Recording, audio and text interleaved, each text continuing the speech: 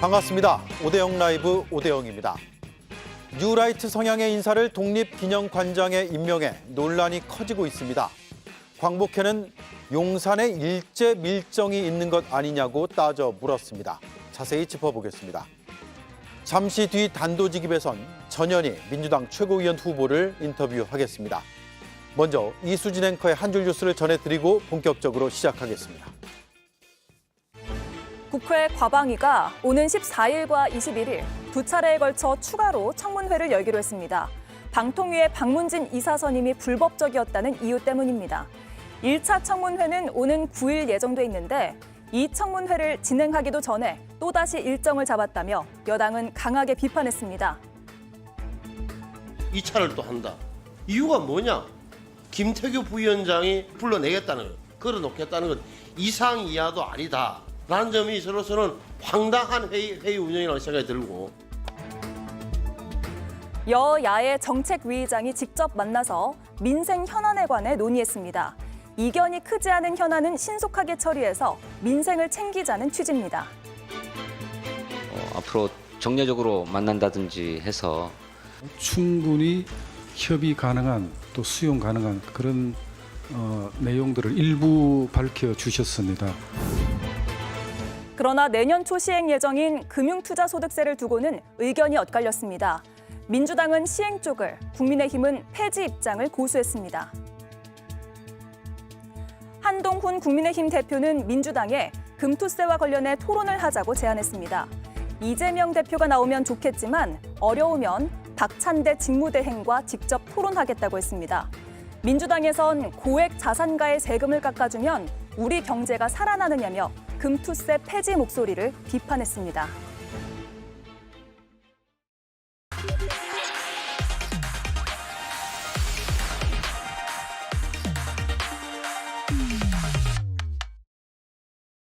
네, 오대영 라이브의 간판 코너 단도직입을 시작하겠습니다. 예고해드린 대로 전현희 민주당 최고위원 후보를 만나보겠습니다. 전화 연결하겠습니다. 안녕하세요. 안녕하세요. 예, 안녕하세요. 건강 괜찮으세요? 지난번에 청문회장 앞에서 약간 충돌이 있었잖아요. 네, 법사위에서 그 여야 충돌이 있었는데 그때 허리를 좀 다쳤고요. 또 오른쪽 다리에 타박상을 좀 입었는데 지금은 많이 나아졌습니다. 네, 여전히 허리가 좀 아프기는 합니다. 예, 그나마 네. 좀 다행이네요. 네. 예, 정치 현안 몇 가지 질문을 드리고 시작을 하겠습니다. 국민권익위 출신이 방통위로 가는 게 일종의 현 정부 들어선 코스가 돼버렸습니다. 왜 이런 일이 반복된다고 생각하세요? 일단 윤석열 대통령의 인사 스타일인 것 같습니다. 자신의 그런 미션을 가장 잘 완수하고 해낼 수 있는 그런 자신의 그 측근들을 이렇게 원하는 그런 이제 기관으로 보내고 그 미션을 부여를 하고 또 미션 클리어를 하면은 다른 기관으로 보내는 그런 윤석열 정권의 인사 특징인 것 같고요. 예, 사실 김태규 부위원장의 경우에는 권익위에서 제가 위원장일 때 부위원장으로 있었는데 그때도 아마 저를 견제하고 저를 이제 사퇴시키는 그런 미션으로 온 게 아닌가 이런 생각이 들 정도로 그런 활동을 권익위 내에서 했고 제가 권익위원장을 이제 그만두니까 그 미션이 일종의 클리어된 거고 그리고 그 이후에 공수처장으로 또 이정근이 보내려고 했는데 사실상 실패했죠. 인사추천위원회에서 계속 거부를 해서 그리고는 이번에 방송 장악의 임무를 띠고 또 방통위로 보낸 게 아닌가 이런 생각이 듭니다. 예. 권익위가 얼마 전에 이재명 전 대표의 헬기 이송에 대해서 묘한 결론을 내렸습니다. 특혜를 제공한 것은 맞는데 국회의원은 공직자 행동 강령의 대상이 아니라서 문제는 없다라는 건데 이런 결론도 문제가 있다고 보십니까? 네, 만약에 지금 그게 사실이라면 김건희 여사의 경우에는 청탁금지법에 처벌 조항이 없다. 그래서 조사도 안 하고 종결을 했잖아요. 예, 그러면은 우리 민주당 천준호 의원은 국회의원은 행동 강령 대상이 아니기 때문에 당연히 조사를 안 하고 종결해야 되는데 조사를 했단 말이죠. 그래서 이 부분에 있어서 앞뒤가 맞지 않은 그런 얘기고, 기본적으로 현행 공무원 행동 강령은 선출직이고 또 입법부에 활동하는 국회의원들은 그대로 적용하기는 어렵다, 이런 취지로 국회의원의 행동 강령에 제외를 했습니다. 그런데 사실은 이제 좀 시대가 바뀌었기 때문에 국민 눈높이를 고려한 그런 국회의원들의 행동 지침 이런 것도 좀 고민을 할 때는 됐다, 그렇게 예. 생각을 합니다. 그렇군요. 검찰이 정치인과 언론인 등 약 3,000명, 물론 3,000명이란 건 추정입니다. 통신 조회를 했다고 알려지고 있는데 이게 윤석열 대통령의 명예훼손 혐의 사건이어서 더 광범위하게 한 거 아니냐, 이런 의구심이 들거든요. 법사위에서 따져 물을 계획이 있습니까? 당연히 이 부분을 짚어야 될 것 같고요. 이 부분은 지난 3년 전에 공수처에서 당시에 윤석열 대통령, 김건희 여사, 그리고 국힘 의원 한 89명에 대해서 이 통신 조회를 했었습니다. 예. 그때 뭐 윤석열 대통령이 직접 이 공수처에 대해서 미친 뭐 이런 식으로, 그리고 게슈타포가 하는 짓이나 그런 걸 했다, 이런 식으로 강하게 비난을 했었거든요. 예, 사찰이라는 그리고 표현도 썼었죠. 네, 그리고 거기에 대해서 언론들이 엄청 대서특필을 하고 공수처의 그 통신 조회를 비난을 했어요. 근데 이번에 윤석열 대통령 자신의 명예훼손 사건에 대해서 3,000명이라고 하지만 일각에서는 뭐 거의 10,000명 이상 조회를 했다, 이런 보도도 있는 것 같더라고요. 예. 그래서 그런 상황에서 윤석열 대통령의 한 얘기를 그대로 대입을 하면 이거는 그야말로 지금 정권이 게슈타포 정권임을 인정한 게 아닌가. 그것도 대통령이 가장 권력의 최고 정점에 있는 그 분의 명예훼손 사건을 검찰이 조사를 하면서 무차별한 그야말로 광범위한 통신 자찰을 했는데, 이것이야말로 대통령의 발언을 거꾸로 이렇게 반사를 하면은 이거는 진짜 뭐 있을 수 없는 일이다. 예, 독재 정권이나 할 수 있는 일이 아닌가, 이렇게 보고 있습니다. 예. 전당대회 얘기 들어가 보죠. 호남을 거치면서 누적 득표율 4위로 약간 내려앉은 모양새인데 이유가 뭐라고 분석을 하세요? 일단 이번에 민주당 최고위원 후보들께서 하나도 그럴 타선이 없다, 이런 말이 나올 정도로 굉장히 다들 쟁쟁하고 훌륭한 후보들이 나오셨어요. 그래서 이 올림픽 월드컵 죽음의 도가 아니냐, 이런 얘기까지 나오거든요. 예. 그래서 그 와중에 그래도 5위권 안에 들어가면 최고위원이 되니까 거기 순위 안에 들었다는 게 일단은 다행이다, 그런 예. 생각을 하고요. 그래도 좀 이제 조금 더 올라갔으면 좋겠다, 그런 희망은 가지고 있습니다. 예, 예. 네. 특히 뭐 죽음의 조라는 표현까지 쓰셨는데 3위에서 5위 경쟁이 특히 치열한 걸로 보입니다. 그래서 남은 지역에서 이게 뒤바뀔 수도 있겠다. 물론 5위 밖도 마찬가지고요. 그래서 경기, 또 대전, 세종, 서울이 남았잖아요. 어느 곳이 최대 격전지라고 생각하세요? 사실 저도 초반에는 상위권에 있다가 지금 이제 계속 내려오고 있거든요. 그리고 또 어떤 분은 하위권에 있다가 상위권으로 올라가고, 그야말로 치열하게 순위가 바뀌는 그런 상황이라, 앞으로 남은 지금 지역이 대전, 세종, 경기, 서울입니다. 근데 이 지역이 지금 당원수가 그동안 했던 그런 당원수에 거의 또 육박하는 그런 많은 당원들의 숫자가 있기 때문에, 예.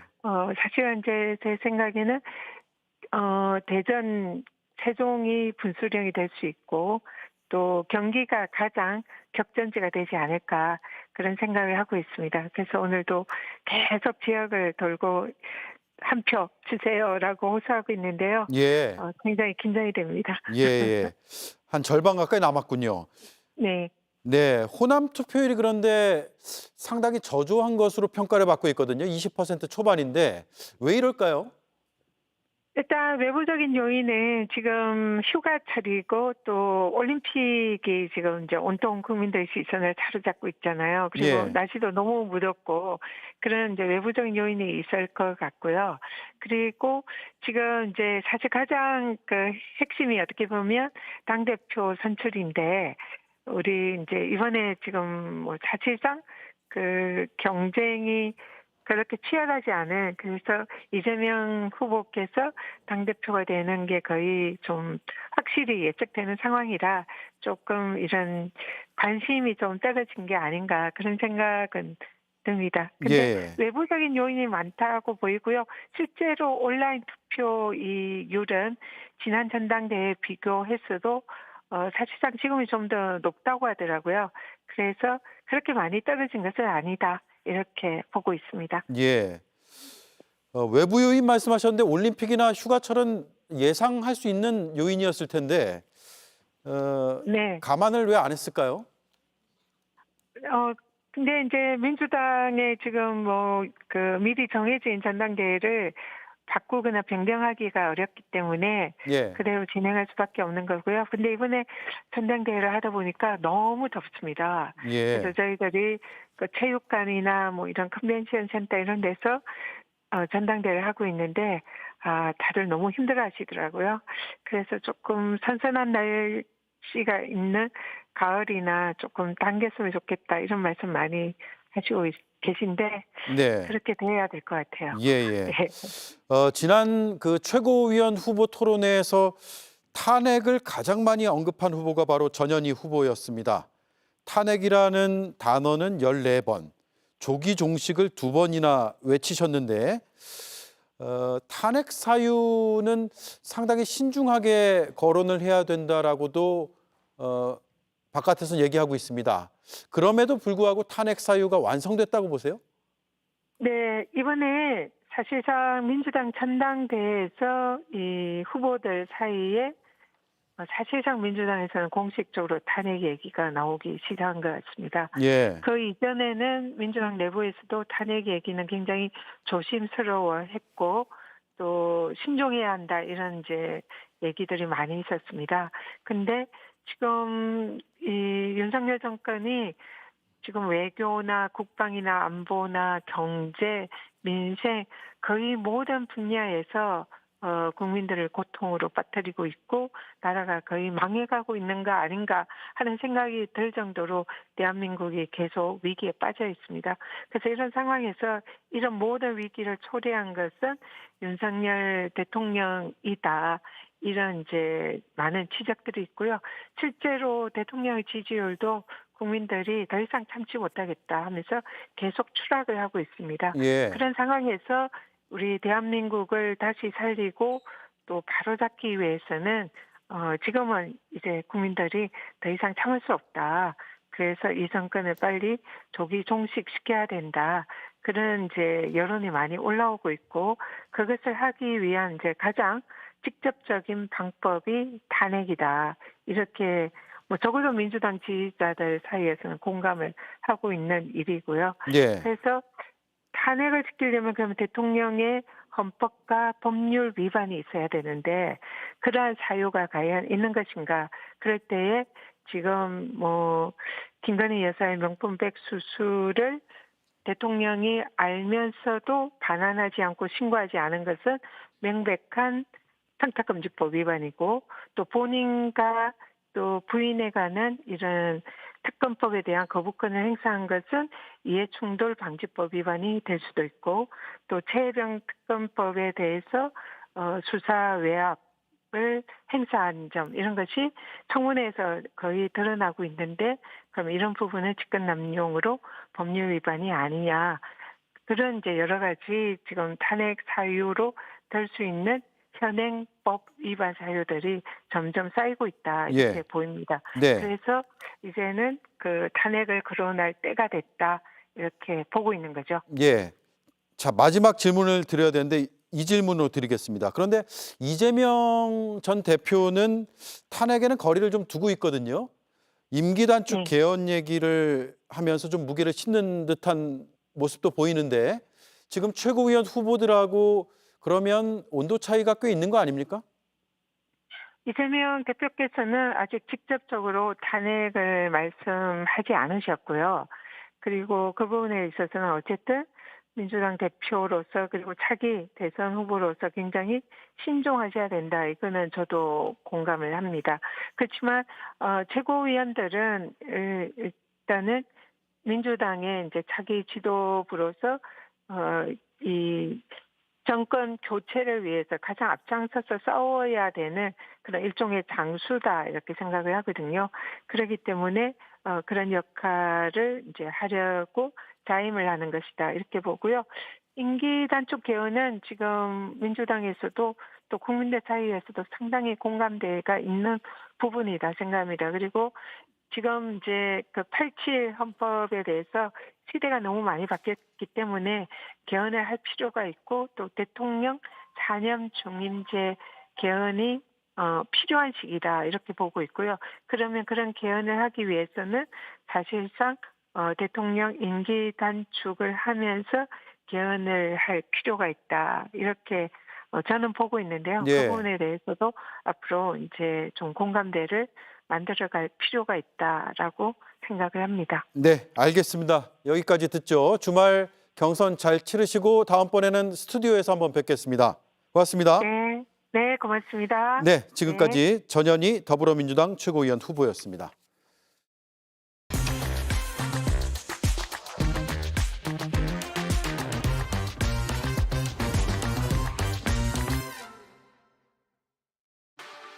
면접에서도 일제시대는 나라가 없었기 때문에 당시 우리 국민은 일본 국적이 있다며 일제 식민 지배를 정당화하는 망언까지 서슴지 않았습니다.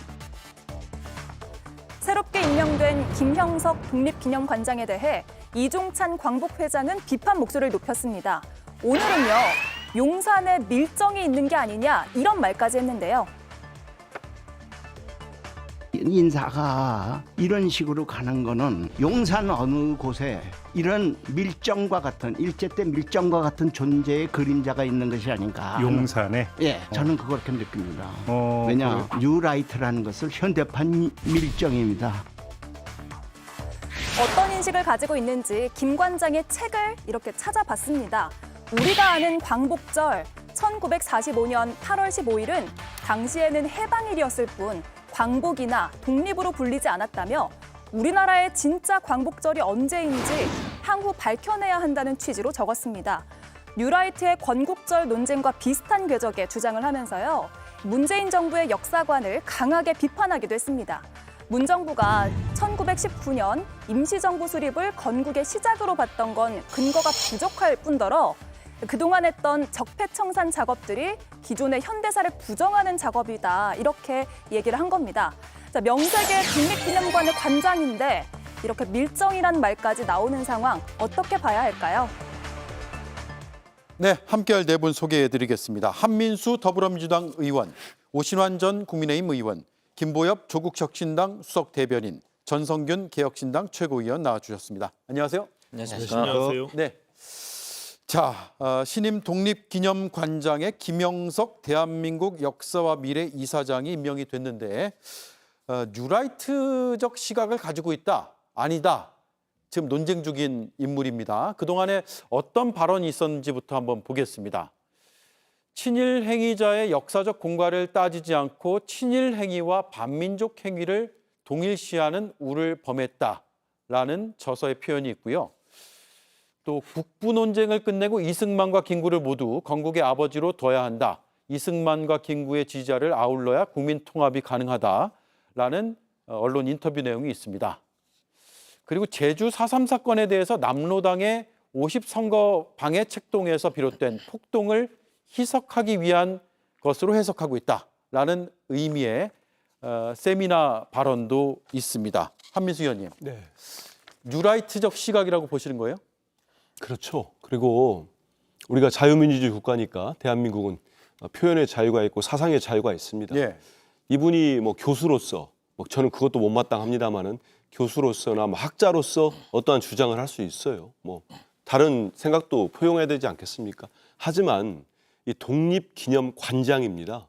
이 자리는 국가보훈부의 공공기관의 장이기도 하고 다른 공공기관도 아니고 독립기념관장에는 저런 분은 저는 매우 부적절한 인선이라고 봅니다. 그렇기 예. 때문에 지금 윤석열 대통령이 평소에 아버지라고도 부른다는 그 절친한 친구의 아버지이신 이종찬 지금 광복회장 이분이 보수의 원로 아니십니까?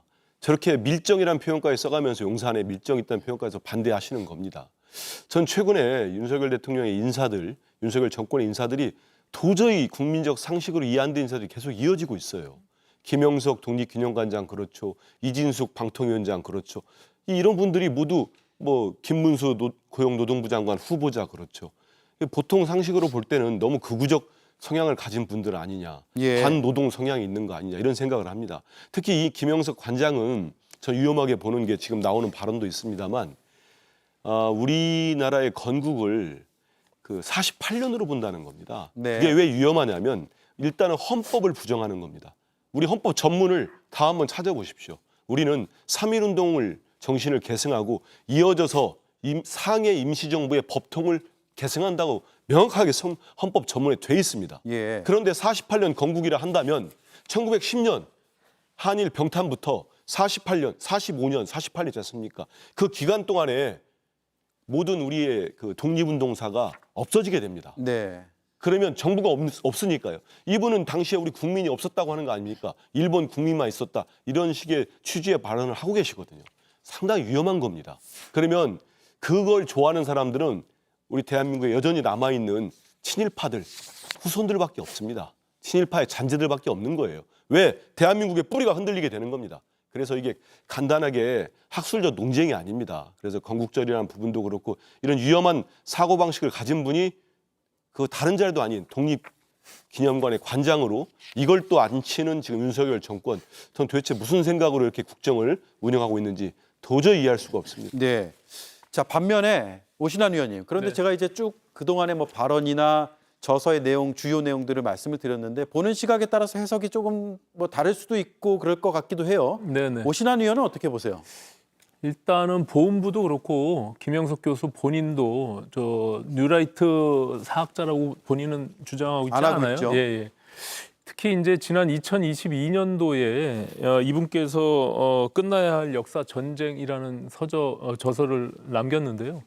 이제 그 책에서 보면 우리가 이제 건국과 관련해서 앞서 우리 한 의원님 말씀하신 대로 그것이 끊임없는 학자들 간의 논쟁이 있기 때문에 국민 통합적 시각으로 보면 우리가 임시정부 3.1절 이후에 여러 가지 그 건국 논쟁에 대해서 그 운동으로 시작된 대한민국에 대한 건국 사업이 48년도 정부 수립으로 결국에는 완성이 되었다라는 새로운 패러다임에 대한 시각을 제시합니다. 그렇기 때문에 이분은 뭐 일부 어찌 보면은 그 뉴라이트 사관에서 비춰지는 소위 그 식민지 근대화론, 식민지를 통해서 우리 대한민국이 근대화를 좀 앞당겼다라고 하는 그런 거에 전혀 동의하고 있지는 않아요. 그렇기 예. 때문에 보는 시각에 따라서 좀 다를 수는 있지만 다만 이제 저런 논란이 되는 것이 사실 독립기념관장이라고 하는 그 역사적 의미, 이게 82년도에 국민 성금을 통해서 그렇죠. 이게 706억 원이라고 하는 국민들이 낸 돈을 통해서 또 물론 정부 예산이 들였겠지만 1,000억 원의 예산으로 독립기념관을 세운 겁니다. 그렇기 때문에 국민 눈높이에 맞는 그런 관장으로서의 지위와 역할이냐라고 하는 측면에서 논쟁은 있을 수 있겠으나 저분 자체가 학자로서 무슨 뉴라이트 사관을 본인이 신봉하는 그런 학자는 아니다. 그리고 본인도 독립운동사를 전공한 그런 역사학자라고 본인은 주장하고 있거든요. 예. 그렇군요. 자, 광복회에서 이제 뉴라이트적 시각을 가진 인사라고 계속해서 문제 제기를 하고 있고 오늘 오전 라디오 인터뷰에서 이종찬 광복회장이 밀정이라는 표현을 여러 차례 썼어요. 앞서 들어봤는데 다시 한번 다른 부분에서의 표현을 들어보겠습니다. 인사가 이런 식으로 가는 거는 용산 어느 곳에 이런 밀정과 같은 일제 때 밀정과 같은 존재의 그림자가 있는 것이 아닌가. 일본을 더 미화하는 이런 장난을 하고 있는 거 아닌가 하는 사실은 그런 불안한 감을 갖고 있습니다. 김보엽 의원님, 예. 이종찬 광복회장이 이런 표현도 썼습니다. 김 관장을 앉히기 위해서 사전 각본을 짰다. 예. 그러니까 이제 사전에 이미 다른 이사를 임명해 놓고 그리고 이번에 김영석 기념관장을 임명을 했다라는 건데 이게 지난 2월에는 실제로 뉴라이트 계열 인사가 독립기념관 이사가 된 적이 있죠. 지금도 맡고 있고요. 예, 김형석 신임 독립기념관장이 나는 뉴라이트가 아니다. 뉴라이트 사관을 갖고 있지 않다. 이렇게 얘기를 하는 거 보면 뉴라이트가 나쁜 거인 건 아는 것 같아요. 그런데 지난 2월 달에 독립기념관 이사에 먼저 가 있던 분은 뉴라이트가 확실합니다. 박이택이라는 분인데요. 낙성대 경제 연구소장을 지냈죠. 이 낙성대 연구소가 바로 식민지 근대화론 뉴라이트 사관의 산실입니다. 이 박이택이란 분은 독립운동 연구를 하지 않은 분입니다. 그런데도 이분을 임명을 해서 당시 독립기념관의 이사들 모두 혹은 대부분이 이분의 임명을 반대했는데도 본초에서 아마 임명을 강행을 했죠. 예. 식민지 근대화론이 왜 나쁘냐? 이분들은 일제의 강점을 인정하지 않습니다. 예를 들어서 일제가 당시 식민지 삼고 수탈을 했다는 것 인정하지 않고요. 강제징용 그리고 이른바 위안부 문제에서 강제성이 없었다라고 주장을 합니다. 이런 주장 많이 들어보셨죠? 지금 현재 일본 정부와 똑같은 주장을 하는 분입니다. 아까 그 신임 관장도 친일과 반민족 행위 구별해야 한다라는 주장을 펼쳤는데 예. 친일 중에 먹고 살기 위해서 소극적인 친일을 한 것과 적극적인 의지를 가지고 적극적으로 친일을 한 거를 구별을 하자. 여기까지는 인정을 할 수 있겠어요. 근데 친일 행위 중에 반민족 행위가 아닌 것을 어떤 사례를 들 수 있죠. 예를 들어서 친일인데 우리 민족에게도 유리했던 우리 민족에게도 이익이 됐던 행위가 있나요? 저는 그 관장님한테 그렇게 물어보고 싶고 조국 혁신당은 오늘 이런 논평을 냈습니다. 날이 많이 더워서 윤 대통령이 실수한 것 같다. 지금이라도 이 양반 임명을 철회를 해라. 그러면 봐드리겠다. 근데 이 이종찬 광복회장이 얘기하는 밀정, 용산의 밀정 무슨 얘기하고 싶었을까요? 윤석열 대통령이 밀정 아니냐, 밀정 같은 짓 하고 있다. 이런 비판을 에둘러서 하신 걸로 봅니다. 예.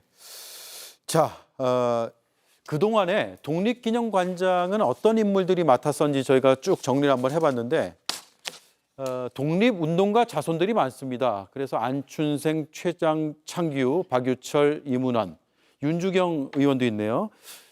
이런 식으로 이제 주로 독립운동가 자손들이 맡아서 크게 논쟁적이지가 않았어요. 근데 왜 굳이 뉴라이트라고는 아니라고는 하지만 그런 논쟁에 휘말릴 수 있는 인물을 임명했을까? 여기서 이제 비판적인 시선들이 생기는 거 아니겠습니까? 그러니까요. 그래서 국민들께서 이걸 보시고 또 지겨워하실 것 같습니다. 매번 인사가 또 뉴라이트야? 이런 생각하실 것 같아요. 그래서 어느덧 윤 정권이 이제 남은 임기가 33개월 채 안 남았는데 임기 초부터 뉴라이트 계열 특히 이명박 정부 인사가 되고 중용됐거든요. 근데 이 시점에서 변화를 꾀해야 될 이 시점에서 다시 한번 또 뉴라이트라고 보이는 분을 특히 독립기념관장으로 모신다는 것은 참 이해가 되지 않고 특히나 윤석열 정부의 그 인력의 풀이 문제인지 아니면은 주변 사람들의 인상권을 철저하게 관리하고 있는지가 좀 의심스럽습니다. 그래서 윤석열 대통령의 무능인지 주변 뉴라이트계의 십상시 역할을 하는 것인지 저는 둘 다라고 보고 있습니다. 예, 오신환 의원님. 그런데 이제 어쨌든 임명은 됐고 그렇다면 이걸 임명을 뭐 지금 와서 철회할 수 있는 것이냐 아니면 뭐 추가로 임명의 배경 같은 것들을 혹은 전문성, 배경 지식 이런 것들을 좀 더 국민들한테 상세하게 설명을 할 필요가 있는 것이냐라는 여러 가지 생각들이 들 것 같아요. 어떻게 보십니까? 그러니까 뭐 독립기념관장을 뭐 인사청문회 하는 절차는 없지만 김영석 교수가 이런 논란이 있는 부분들에 대해서 본인의 입장을 좀 소상히 밝힐 필요는 있을 것 스스로 같아요. 밝힐 필요가 있다. 그렇습니다. 이제 어쨌든 독립기념관이 갖고 있는 상징성도 있고 또 앞서 이제 김영석 관장 포함해서 11명의 독립기념 관장인데 주로 독립 운동가들의 후손들이 이 기념관장을 했습니다. 7명이 그렇게 됐고요. 예. 뭐 그 이전에 김대중 정부에서 김상웅, 김주연 이 두 분의 독립기념관장은 사실은 독립운동가의 후손은 아니고요. 뭐 언론인 출신이기도 하고 또 일부 정치인 출신이기도 합니다. 그런 부분들은 있지만 이게 어쨌든 국민들의 정서나 눈높이에 맞는 사람이냐라는 부분들에 대해서 본인이 그동안 가졌던 생각들을 한번 언론을 통해서 이렇게 인터뷰 형식으로라도 예. 좀 다시 밝히는 것이 좀 낫지 않을까. 그리고 이분이 꽤 오랜 기간 이렇게 컬럼을 써왔습니다. 그리고 본인의 블로그에도 이런 내용들이 좀 자세히 컬럼 형식으로 올라져 있기 때문에 그런 것들을 쭉 저도 한번 좀 살펴봤거든요. 근데 예. 본인이 이제 독립운동사에 대한 학자로서 일부 조금 다른 관점을 갖고 있는 측면들은 있지만 앞서 말씀드린 대로 소위 뉴라이트 사관이라고 하는 굉장히 어떻게 보면 잘못된 시각들에 대한 것들은 본인이 분명히 경계하고 있기 때문에 그리고 앞서 말씀드린 대로 이승만과 김구에 대한 역할 그 지지 세력들이 하나의 통합으로 우리가 국민 통합적 의미에서 가기 위해서는 네. 공과를 좀 따져야 된다. 뭐 그런 의미예요. 그거는 누구나 동의할 수 있는 부분이거든요. 또 특히 이제 그 이승만 대통령이 갖고 있었던 뒤 후반부의 어떤 독재에 대한 부분들도 비판적 시각으로 본인이 글을 컬럼을 쓰고 있고요. 그렇기 네. 때문에 그렇게 아주 뭐 이게 문제가 있는 어떤 역사 인식을 갖고 있는 사람이다라고 보기에는 좀 무리가 있다 저는 그렇게 보여집니다. 네, 본인이 어쨌든 입장을 좀 내주면은 좋을 것 같고 인터뷰 형식이라면 제가 한번 해봤으면 좋겠다는 생각도 순간 네. 했습니다. 자, 이런 가운데 그 일본과 관련된 이슈가 다시 한번 불거졌는데 유네스코 세계문화유산에 등재된 일본의 사도광산에 대해서 우리 정부가 일본과의 협상 과정에서 강제 표기를 요구했으나 일본이 수용하지 않았음이 어느 정도 드러났고 한겨레 신문의 오늘 오전 보도죠. 자, 김보엽 위원님. 예. 그러면 협상의 실패라고 봐야 됩니까? 저는 협상의 실패로 보지 않습니다. 협상할 의지 자체가 아예 없었다고 봅니다. 의지가 아예 없었다. 예, 협상을 하려면 사도광산을 세계유산에 등재하는데 우리가 찬성할 것인가 반대할 것인가 입장을 정하지 않고 협상 결과에 따라서 강제성 표현을 일본이 수용하지 않으면 그렇다면 우리는 반대한다. 이게 협상입니다. 예. 그런데 이미 그런 협상에 들어가기 전부터 대한민국 정부는 일본 사도광산의 유산 등재에 반대하지 않는다라는 입장을 정한 거죠. 입장을 미리 정해버리니까 협상력도 떨어지는 겁니다. 협상이 아니라 이번에는 사정을 한 거죠. 일본 쪽에 우리가 찬성을 할 테니 제발 강제성이란 표현 좀 어디에 넣어주세요. 예. 그러다가 거절당한 겁니다. 그게 무슨 협상입니까? 그래놓고 외교부가 거짓말을 했죠. 이번에는 그런 협상 자체가 없었고 2015년에 이미 협상했던 거다라는 식으로 거짓말을 했다가 이재정 의원이 외교부에 질의를 하니까 외교부가 이번에는 자기들 문서를 통해서 일본의 협상에서 강제성을 넣어달라 요구는 했는데 예. 일본이 들어주지 않은 거다. 이렇게 다시 말을 바꾸고 있는 거죠. 예. 이거는 국정조사나 외통위에서 엄정하게 따져 물어야 될 겁니다. 네. 한민수 의원님, 지금 우원식 국회의장이 그래서 그동안 정부가 어떻게 이걸 외교적으로 협상을 했는지에 대한 과정과 내용을 모두 공개하라 이렇게 요구를 했잖아요. 네. 국회의장의 요구는 정당하다고 보세요? 저는 우원식 의장께서 정말 참다 더 이상은 이 정부의 대일 굴욕적인 외교를 참을 수 없다고 봤다고 봅니다. 개인적으로도 우원식 국회의장 같은 경우는 홍범도 장군 기념사업회 회장을 맡고 계십니다. 예. 그리고 외교부가 김한 선생이라고 독립투사입니다. 독립유공자 집안 자손인 거예요.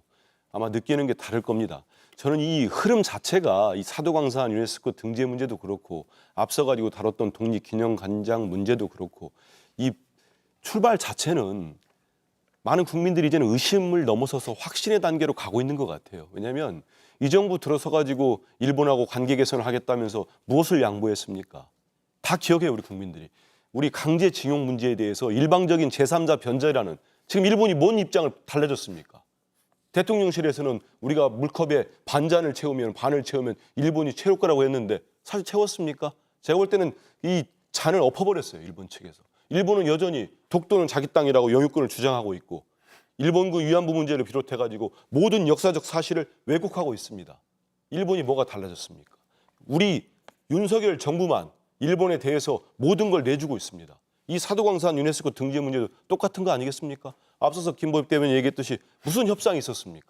강제성을 뭘 주장했는지를 모르겠어요. 이런 부분들이 내 국내적으로는 독립기념관장까지도 저런 분을 또 임명하고 일본과의 협상에서는 뭐 정말 굴욕적이고 국민들로부터 어떤 비판을 받아도 도저히 항변이 불가능할 정도의 일본의 저자세로 일관하고 있습니다. 이런 부분들이 전 정말 모르겠습니다. 4.19 총선을 통해서 국민들이 대통령께 대해서 국정의 기조를 바꾸려고 했는데 제가 볼 때는 더 악화되고 있는 것 같아요. 예. 뒷감당을 할 수 있을까 이런 생각이 듭니다. 네, 오신환 의원님. 예. 그 국회의장이 보통 이런 요구를 안 하는데 그래서 이건 야당에서 주로 이런 뭐 요청 요구를 정부를 상대로 할 수는 있어도 좀 드문 일이 벌어졌어요. 그래서 정치적인 중립성을 조금 넘어선 거 아니냐 이런 논란도 벌어질 수 있는 상황인 것 같아요. 아니 뭐 국회의장으로서 할 수 뭐 있나요? 예, 충분히 뭐 그런 요구를 할 수 있겠죠. 그리고 우원식 의장이 그동안 가져왔던 관심에 대한 부분들이 쭉 그 연장선상에 있거든요. 뭐 제가 알기로는 한일의원연맹도 굉장히 열심히 활동을 하셨고 예. 미래에 대한 한일 관계에 대한 것들도 관심이 있으시지만 또 지금 갖고 있는 지금 이런 역사 인식에 대한 부분들, 본인이 독립유공자의 후손이라는 어떤 자부심 뭐 이런 것들이 다 복합적으로 있기 때문에 저것이 어떤 이유로 인해서 외교부가 저렇게 동의를 해줬는지에 대한 부분들은 누구나 가질 수 있는 궁금증 아니겠습니까? 그래서 입법부의 수장으로서 뭐 저런 것들을 요구할 수 있다고 보여지고요. 향후에 국회에서 저는 외통이나 국감에 분명히 저 문제가 이제 다시 문제가 될 텐데요. 예. 정부의 정확한 입장들을 우리가 확인할 필요는 있다고 보여집니다. 그래서 그 세 가지 조건부에 대한 부분들이 지켜질 수 있도록 특히 이제 추도식을 하기로 했잖아요. 우리 저 반도 노역자들에 대한 추도식에 대한 명부를 지금 계속 공개 요구를 하고 있는데 네. 일본이 거기에도 응하지 않고 있거든요. 그래서 외교부는 계속 그것들을 지금 요구하고 있다라고 하는 입장이기 때문에 그것들도 관철될 수 있도록 그래야 정확한 대상자를 우리가 알 수가 있고 그 추도를 제대로 할 수가 있는 거 아닙니까? 그렇기 네. 때문에 일본이 저런 부분들에 대해서 이렇게 뜨뜻미지근하게 나올 때 정부는 강하게 그 부분에 대한 요구를 분명히 해야 된다 저는 이렇게 생각합니다. 예. 그렇군요. 알겠습니다. 여기까지 정리를 하고요. 다음 이슈는 영상으로 보겠습니다.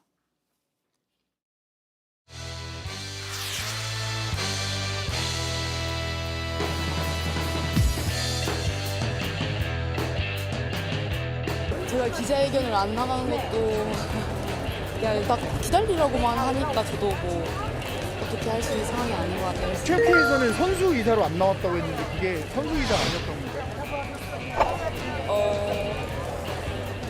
저한테는 일단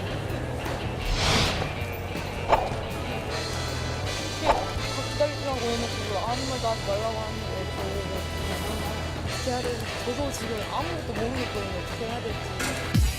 그런 적 없어요. 저도 안 나온 게 좀 의아스러워요. 체육회에서는 최영 선수가 직접 안 오겠다고 했다고 했는데 그게 아닌가요? 제가 이제 한국 가면서 지금 좀 많이 복잡한데 좀 한국 가서 저희가 얘기해야 되게 한국 가서 이야기해야 될 수 있습니다. 자, 저 프랑스를 출발할 때의 모습이고요. 2시간 전쯤 인천공항에 도착해서 기자들을 만났는데 이게 대통령이 이제 진상 파악 지시하고 문체부까지 나선 상황이어서 굉장히 이제 정치적으로도 풀어야 될 이슈가 돼버렸습니다. 일단 입국한 뒤에 기자회견 장면 보겠습니다.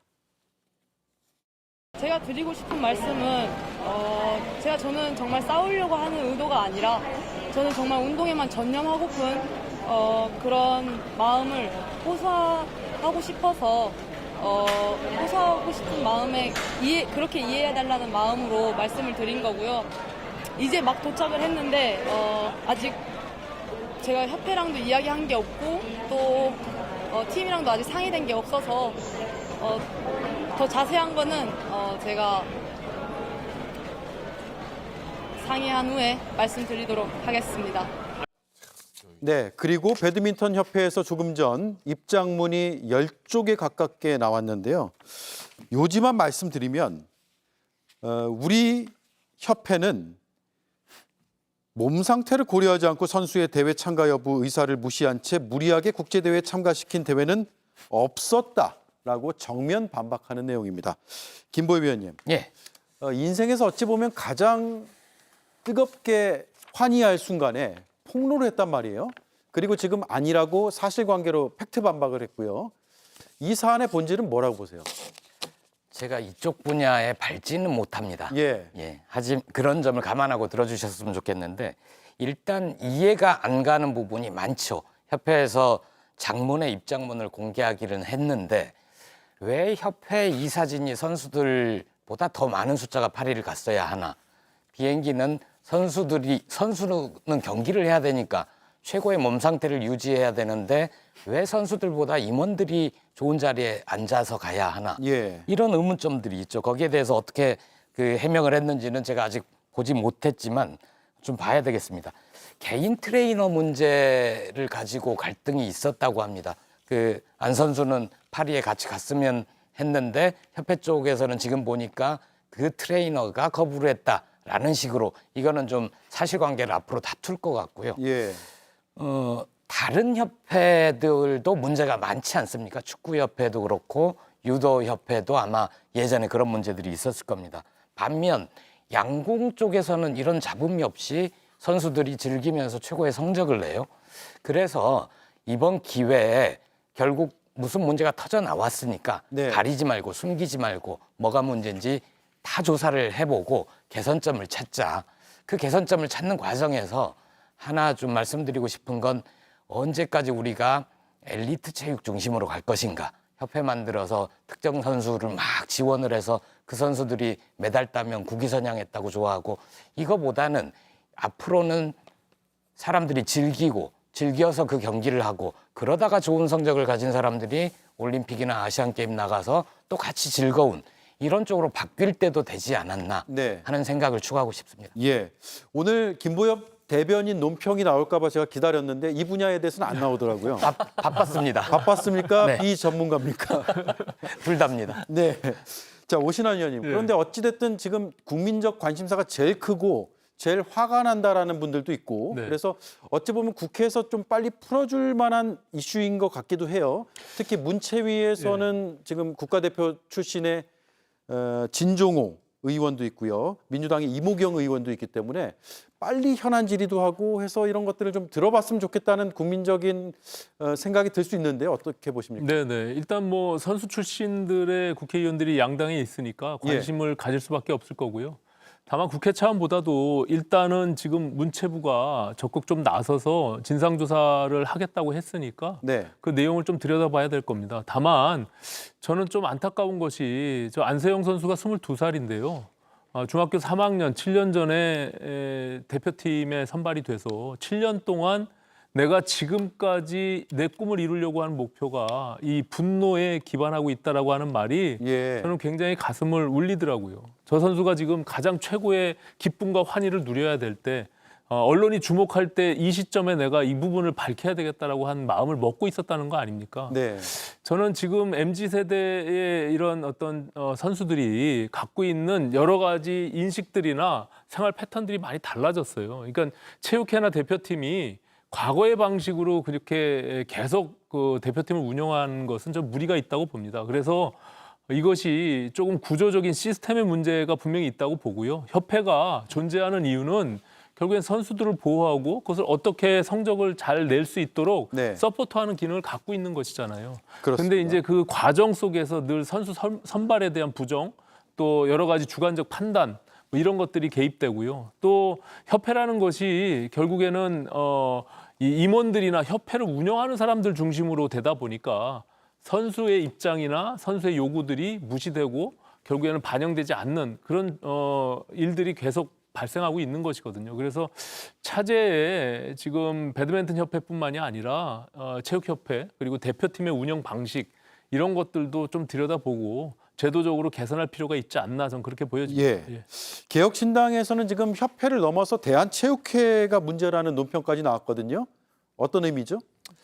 제가 다 보시기에 좀 덩치가 있어서 그래 보이진 않지만 제가 한체대 출신입니다. 아, 예. 제가 한체대 출신이고 저는 사채과 출신인데 지난 런던 올림픽에 대비해서 출전한 선수들은 축소됐는데 예산은 2배가 됐고 또 선발 과정은 또 다들 아시다시피 승패만 가리는 게 아니고 심사평가도 50%가 반영되는 거에 대해서 많은 국민들께서 지금 궁금해하고 계신데 저는 대한체육회의 목적이 선수들을 케어해서 금메달을 따는 과정을 통해서 국민께 감동을 드려야 되는 게 목적이어야 되는데 의존하고 결과 중심으로 해서 협회가 뛰고 결국은 선수는 도구로 사용되는 것 아닌가라고 의심이 들고 예. 특히나 그 선수 특히 아까 오신환 위원 말씀처럼 저도 마음이 굉장히 아팠습니다. 아팠고 왜냐하면 젊은 선수가 그 한 번의 목소리를 내기 위해서 금메달을 따기 위해 노력했다는 것은 너무나도 우리나라의 어른들이 얼만큼 잘못하고 있는 것인가라고 예. 생각을 들었습니다. 특히나 또 몇 년 전에 빈상계에서 성문제 관련돼서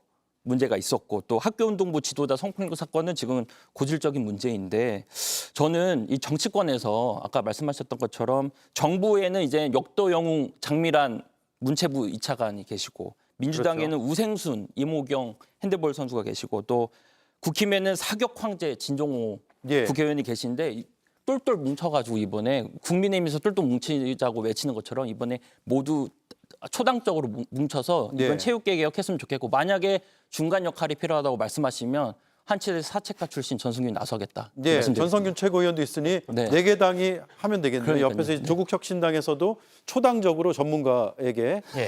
의견을 좀 구하시면 좋을 좀 것 같아요. 배우고 의견을 내겠습니다. 예. 자, 한민수 의원님. 네. 결국 국정감사에서도 이게 다뤄질 수도 있겠다라는 생각도 들어요. 네.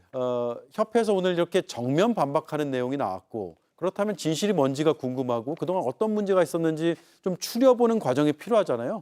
민주당은 당연히, 어떻게 대응하실 예. 생각이세요? 당연히 국회에서 들여다봐야 될 것 같습니다. 뭐 문체부, 정부에서도 조사를 하겠습니다만은 저는 일단 양측에 우리 안세영 선수나 배드민턴 협회의 입장이 완전히 다르기 때문에 네. 뭐 진실이 뭔지는 잘 모르겠어요. 그렇지만 이 부상 투혼으로 저 젊은 선수가 금메달을 따기 위해서 저 노력한 그 정말 최고의 순간에 이런 말씀을 저런 얘기를 했다는 거 보면은 제 판단으로는 안세영 선수가 느끼는 것들이 진실에 가깝지 않을까 이런 생각이 듭니다. 예. 그리고 국회 차원에서도 좀 봐야지요. 당연히 국민들께서 궁금해하시기도 하고 또 우리의 정말 국민 영웅이라고 할 수 있는 안세영 선수가 이런 일을 당했다고 폭로를 했으니까 당연히 살펴보는 게 맞고요.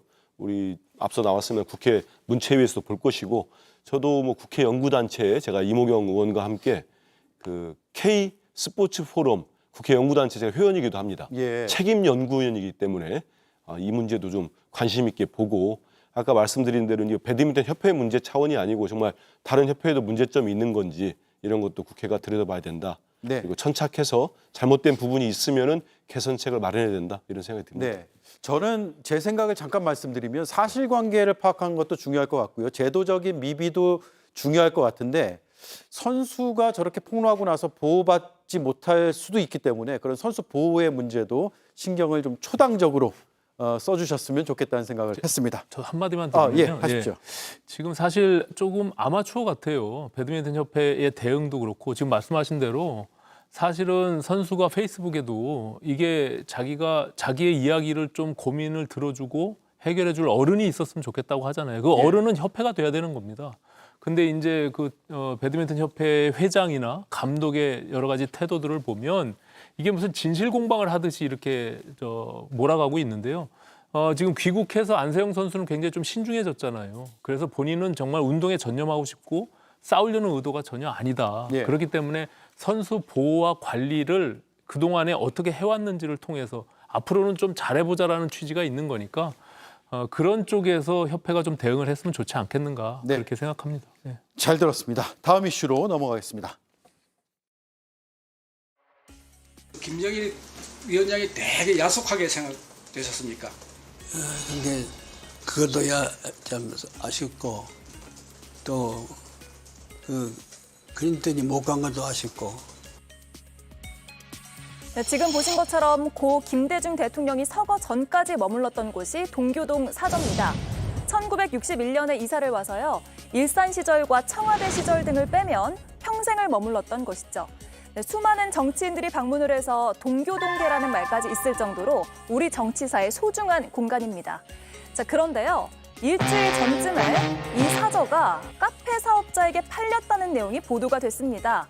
자, 그런 뒤에도 한동안 정치권에서 별다른 반응이 없는 걸로 보이자 이런 비판 목소리도 나왔습니다. 민주당이 좀 기대를 걸었는데 일주일 내내 아무런 한 줄의 논평조차 없는 걸 보고 이미 저는 약간 비위가 상했던 것이 민주당의 뿌리를 지키자는 노력에 진정성이 없는 것 같다, 이런 비판이 나오는데요. 어떻게 봐야 할까요? 네. 자, 민주당이 일주일 동안 한 줄의 논평도 내지 않았다. 논평이 이렇게 중요합니다. 김보엽 의원님. 예. 이 동교동 사저는 꼭 지금의 민주당뿐만 아니라 정치적으로 넓게 보더라도 굉장히 의미가 있는 곳인데 예. 그런데도 이런 일이 벌어져가지고 더 이제 정치권에서는 충격인 것 같아요. 맞습니다. 어떻게 논평을 하시겠습니까? 동교동계, 상도동계는 김대중 전 대통령, 김영삼 전 대통령의 집이 있던 공간에서 나온 말 아닙니까? 예. 한국 정치를 30년, 40년 중심에 있었던 분들이 머물렀던 역사적인 공간입니다. 김대중 대통령이 어느 한 정파를 대표하는 분이 아니지 않습니까? 대한민국의 대통령을 지냈고 대한민국 대통령으로 역사적인 많은 일을 해서 존경받는 대통령이며 노벨 평화상까지 받으셨습니다. 예. 그런 분이 수십 년 머물렀던 공간, 정치적인 탄압을 받았던 공간, 이런 공간은 저는 정부나 서울시가 우리의 문화유산으로 지키고 보존했어야 바람직한 것이라고 봅니다. 그런데 이제 그 민주당 의원까지 지낸 그 아드님이 유산을 상속받고 세금을 내지 못해서 어쩔 수 없이 팔았다는 거 아닙니까? 그러기까지 왜 그 민주당 동교동계의 큰 어른들도 있고 민주당 지도부도 있고 예. 민주당 수많은 의원들도 있을 텐데 이분들과 상의하면서 이 문제를 이희호 여사가 사저를 보존해 줬으면 좋겠다 하는 유언까지 냈으니 그런 방향으로 문제를 풀어가지 못했을까 몹시 안타깝습니다. 지금이라도 저는 오늘 오후에 뉴스를 보니 그 카페 사업자가 되팔 생각이 없다라고 그렇죠. 얘기를 했다는데 그러지 말고 그분을 찾아가서 설득을 하고 재산상의 손해가 나지 않게끔 해서 이 문제는 지금이라도 정부도 정치권도 앞장서서 풀었으면 좋겠습니다. 예. 자, 한민수 의원님. 어쨌든 지금 민주당에서는 한 일주일 정도 지나고 나서 이렇게 하면 좋겠다, 저렇게 하면 좋겠다 의견들은 나오고 있어요. 네. 어떤 식으로 대응하는 게 맞다고 보세요? 일단 앞서서 말씀도 나왔습니다마는 저도 이제 민주당 소속의 국회의원으로서 이런 문제로 김대중 전 대통령을 정말 지금도 존경하고 사랑하시는 많은 우리 국민들께 죄송한 마음을 먼저 죄송하다는 말씀을 좀 드리겠습니다. 이제 동교동 사저 문제가 이제 자녀들 그 아들들 간에 여러 가지 좀 분쟁의 요소가 있었고 또 유산 상속 과정에서 이런 뭐 이제 소송도 있는 그런 정도에 있었다는 걸 알고 있었습니다. 하지만 이렇게 이 김대중 대통령의 동교동 사저라는 역사적 그 집이 사저가 이렇게까지 팔렸다 카페 주인에게 했다는 거는 저도 좀 충격을 받았는데 지금 당에서는 이 부분에 대해서는 소상히 파악이 좀 됐습니다. 파악이 됐고 이재명 전 대표에게도 많이 보고가 다 됐습니다. 그래서 지금 저희들이 전당대회 과정이기 때문에 그 전대회가 8월 18일 이후 끝나면 새 지도부가 출범을 하면은 우리 동교동 재단하고도 긴밀히 협의를 하고 지금 구입했다는 분 측하고도 아마 그 여러 가지 논의가 이루어질 걸로 보고 있습니다. 그래서 말씀들 많은 국민들이 주시는 것처럼 이건 영구 보존의 가치가 있기 때문에 이걸 사적화할지 이런 부분도 신중하게 추진해 나갈 생각입니다. 그리고 한 말씀 더 드리면 지금 이건 김대중 대통령에 대한 마음은 사실 국민의힘에서도 여러 가지 정말 이견이 없을 정도로 김대중 대통령이 평소 해오셨던 평생을 걸쳐서 해왔던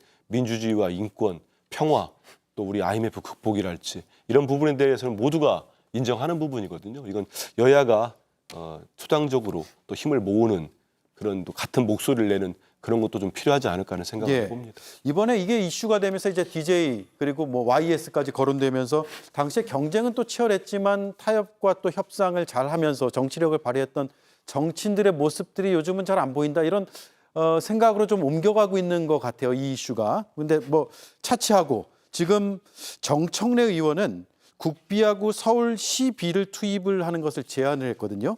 오신환 의원님. 네. 부시장 경험도 있으시니까 네. 이게 제도적으로 현실성이 있습니까? 그러니까 가능한 제안이에요? 저는 이제 정청래 의원이 사실 뭐 법사위에서 국회법을 뭐 막 흔들면서 본인 마음대로 무소불위의 권력을 누리고 있는데 사실은 법을 좀 제대로 안 본 것 같아요. 과거에 이미 이 김홍걸 씨가 2020년도에 당시에 박원순 시장 때 이 부분을 사적 매입이나 문화유산으로 좀 지정해달라고 요청한 바가 있습니다. 서울시에요? 예, 박원순 시장이 그때 문화재위원회에서 그 부분에 대한 심의를 했어요. 근데 이게 조건에 부합되지 않고 법적으로 할 수 없다라고 해서 부결된 사례가 있습니다. 네. 그 이후에 사실은 민주당이 아무런 관심을 갖고 있지 않을 때 사실 21대 조수진 의원이 국민의힘의 조수진 의원이 7월 5일 날 문자 메시지가 공개되면서 이것이 다시 한번 언론에 조명된 바가 있거든요. 그때 서울시 정무부시장 제가 들어가기 바로 직전에 정무부시장에게 DJ 사저를 좀 서울시가 매입해서 문화유산으로 지정해줬으면 좋겠다라는 문자를 보내요. 그 이후에 바로 김대중 그 평화센터의 이사장인 김홍업 둘째 네. 아들이죠. 차남인 김홍업 이사장과 오세훈 시장이 만납니다.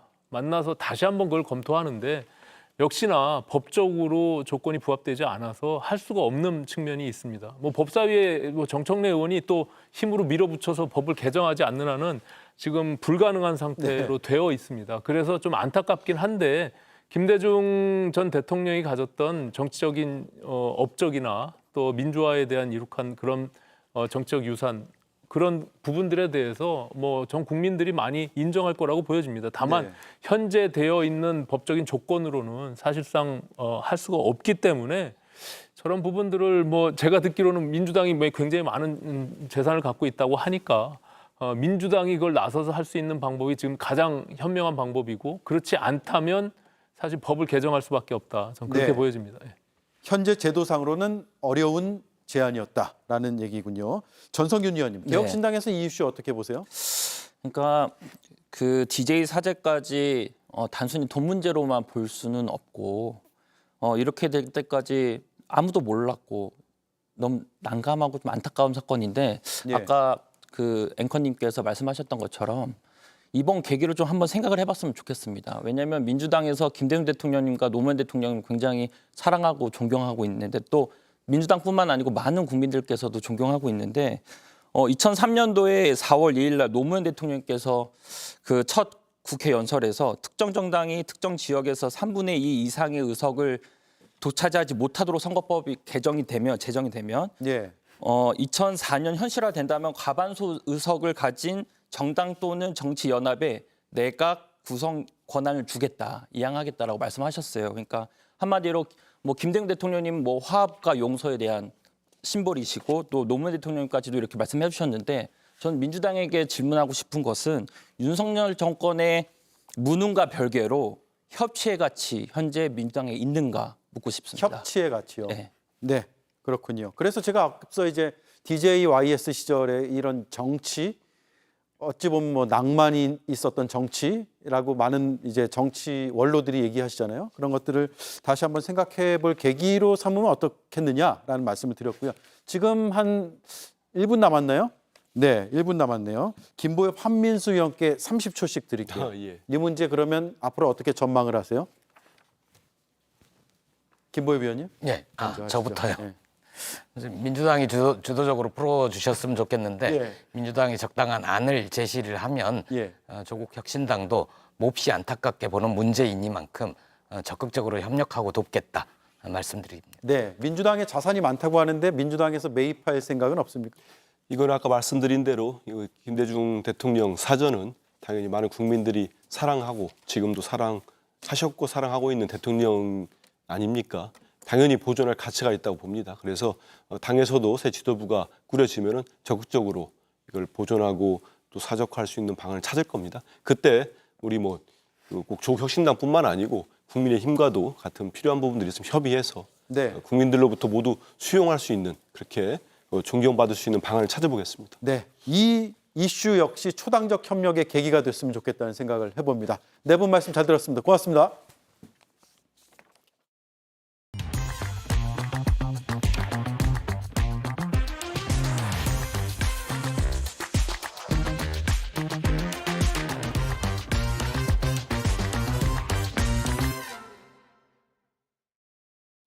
독립기념관이 만들어진 이유는 독립의 역사를 제대로 알리기 위해서입니다. 독립기념관을 충청남도에 세운 이유는 유관순, 조병옥, 이동영, 윤봉길, 한용운, 이남규 등 수많은 항일 독립운동가들이 나고 자란 곳이기 때문입니다. 그래서 독립기념관장은 대체로 독립운동가의 후손들이 맡아왔습니다. 현 정부는 인사 때마다 논란을 몰고 옵니다. 최소한 이번만큼은 논쟁적이지 않은 인물로 고를 순 없었을까요? 독립기념관이 식민기념관은 아니지 않습니까? 앵커 한마디였습니다. 당신이 같은 이유로 다시 올 일 없도록 진짜 진료에 집중하는 진짜 치과의사들. 당신의 마음, 당신의 치과의사는 안다. 덴티움.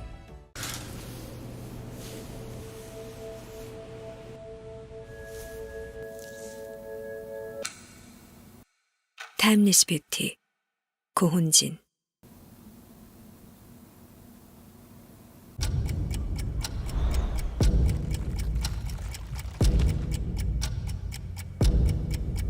당신의 얼음은 지금도 녹고 있다. LG 퓨리케어 얼음 정수기. 국내 최초 냉동 보관이니까 더 단단하고 오래 시원하고 깨끗하게. 처음 얼음 그대로. LG 퓨리케어 오브제 컬렉션 얼음 정수기. 오대영 라이브 마치겠습니다. 내일도 5시 30분에 찾아뵙겠습니다. 고맙습니다.